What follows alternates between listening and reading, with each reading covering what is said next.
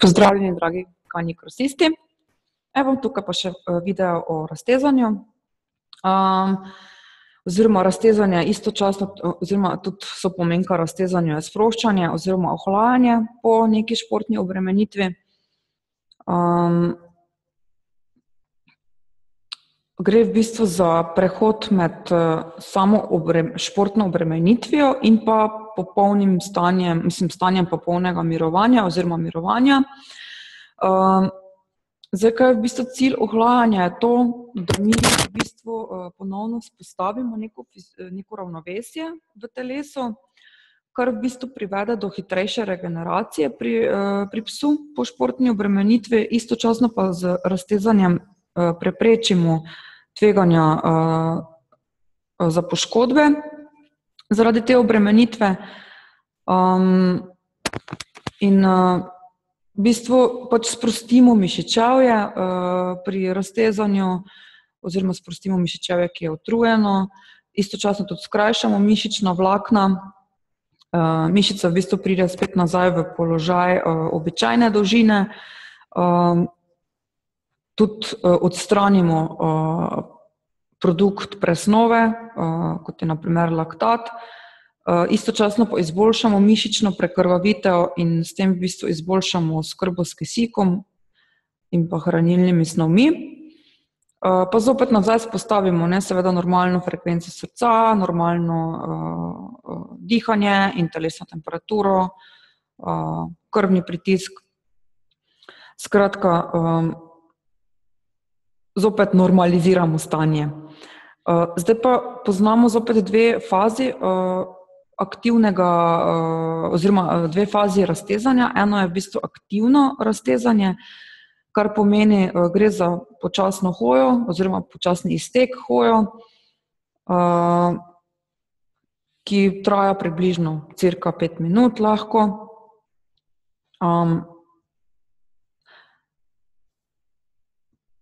Potem pa v bistvu naredimo še vaje za sproščanje,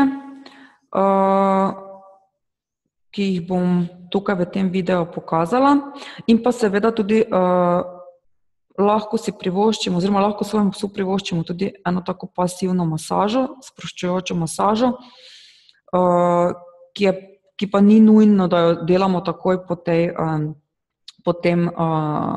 po aktivnosti.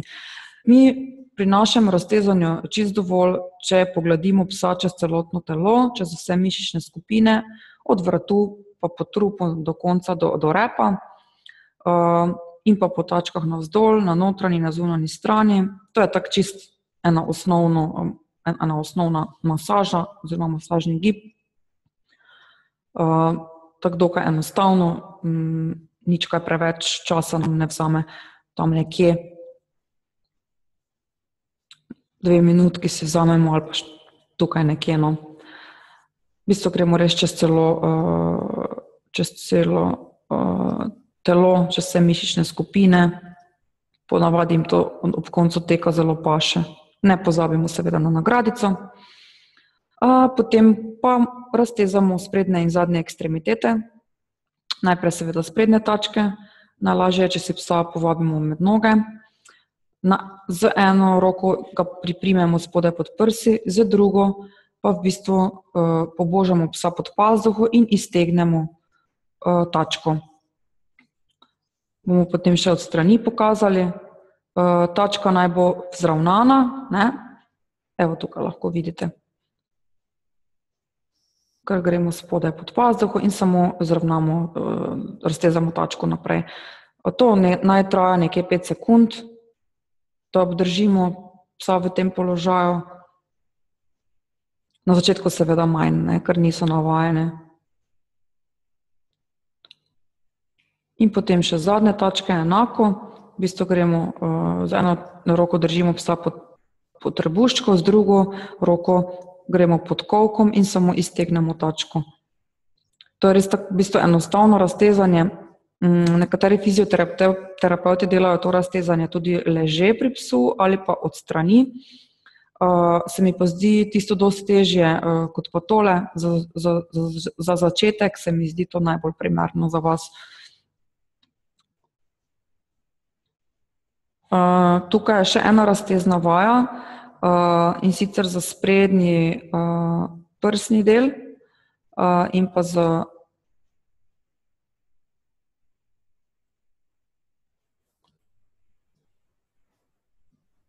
bicepse. In sicer gre za to, da v bistvu najprej dvignemo tačko v zrak. Če se bo tukaj videlo, vredo malo je temen video.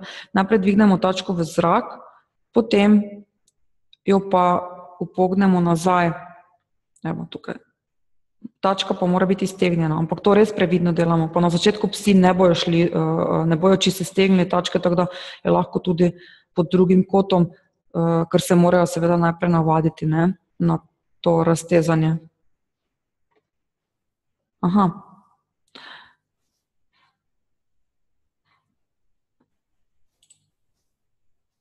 Ok, to je to od raztezanja. Nekako sem mislila, da boš o Gini pri raztezanju, sem malo pozabila. Skratka, po treningu poskrbimo, da pes dobi zadosti tekočine in pa, kot sem že v prejšnjem videu rekla, naj kuža v bistvu po raztezanju oziroma po aktivnosti dobi plašček, ko so temperature nižje, ko ga damo nazaj v avto, tako da v bistvu nekako se postopoma pride nazaj do tiste normalne telesne temperature. Ok, hvala lepa za pozornost. Če bo kakšno vprašanje, pa kar na dan z njim, drugače bomo pa itak še na naših druženjih delali skupaj te ogrevalne in raztezne vaje, tako da bomo sproti reševali kakšna vprašanja. Lepo se imejte in se vidimo na našem treningu.